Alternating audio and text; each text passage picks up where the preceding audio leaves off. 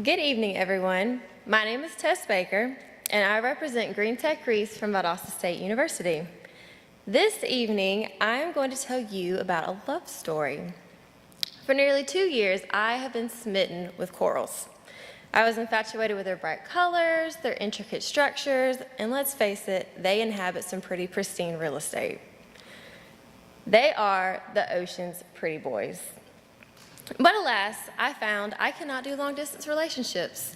So I turned my heart from the striking but shallow coral to that of the blue-collar oyster. I quickly learned that they were in danger. Over 85% depleted worldwide.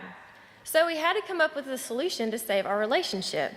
Desperate times call for desperate measures, so we developed a novel, biodegradable substrate. Current oyster suitors provide large structures whose chemistry doesn't necessarily match that of my beloved oyster. They also do not provide the long, flat reef habitat that my hero needs. I knew if I had the right substrate with the right chemistry, I could bring them back to where they belong. We want to see the oysters strong again, to reverse shoreline erosion, help with water quality, reestablish marine ecosystems, coastal economies, and protect property values. Our heartfelt present for the oyster is shown above, and they have been thriving. Other oyster suitors delivered a commercial material that they have ignored. From these findings, we knew that we could revive the oyster with our love, and that the filter feeder would once again be everyone's matinee hero.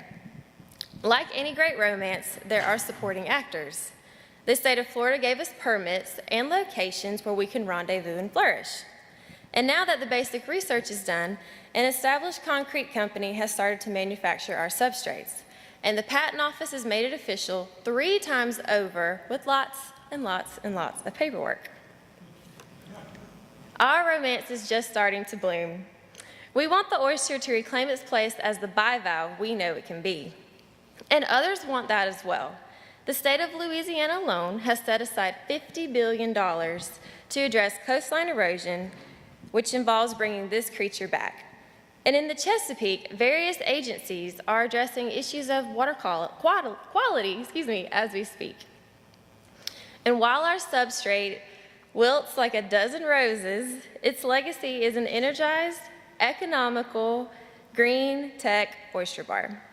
Our flourishing relationship has pushed us to share our substrate with other species.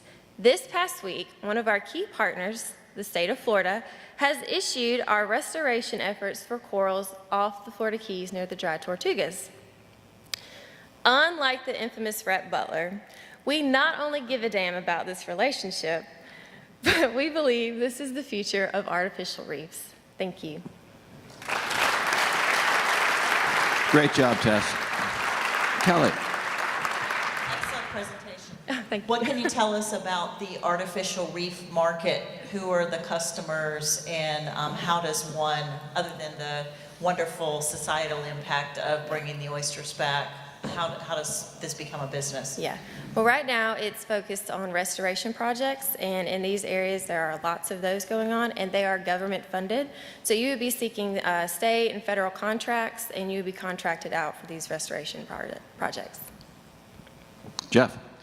Can you just help me better understand how one of those projects works? What do you do? When do you take something out there? What do you put out there? How do you know if it worked? Right, so you want to know about the technology a little bit more? So we are kind of the opposite of what current practices for artificial reefs are. They want large permanent structures whose, like I said, chemistry doesn't necessarily induce settlement of sessile invertebrates. What we are doing is we are focused on the microbial level, and there's lots of scientific literature that shows that that attracts sessile invertebrate attachment. And as the picture you've seen, I mean, this is us versus a commercial grade cement block, and just in 3 months we've had this kind of settlement on it. So we're focusing on that biodegrading over time, so there's no footprint, and all you're left with is a green tech oyster bar. So you don't have any kind of commercial products left behind. Alan. Yeah, the first question is probably a really naive question since I'm at the Ocean Exchange Conference.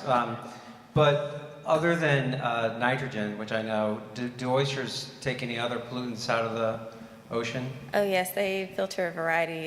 You can see in bays and estuaries. I won't get too much into science. I don't know every specific Do chemical. they do like carbon, or is it mostly just particulates, or? I would say particulates. I'm not an expert on that, Okay. so yeah.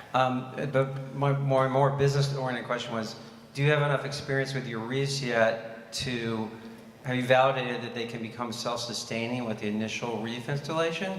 Or do you think you'll have to go back and top it up over time with additional concrete to get, Right. the reef to Let's see. establish? Well, like I said, this is preliminary, and thus far, we've had some pretty impressive results.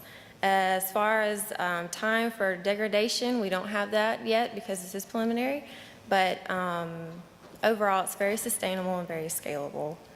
Yeah. Okay, thank you. Mark. So you talked about settlement rates relative to what some of the others have been using with just straight, clean concrete. But how does it compare to settlement rates on natural hard bottom? Are you better than, equal to? We haven't, like I said, we haven't tested versus soft bottom, and we're just addressing environmental issues mostly. Yeah. Anybody else? All right. From Valdosta State University, Tess Baker. Great job.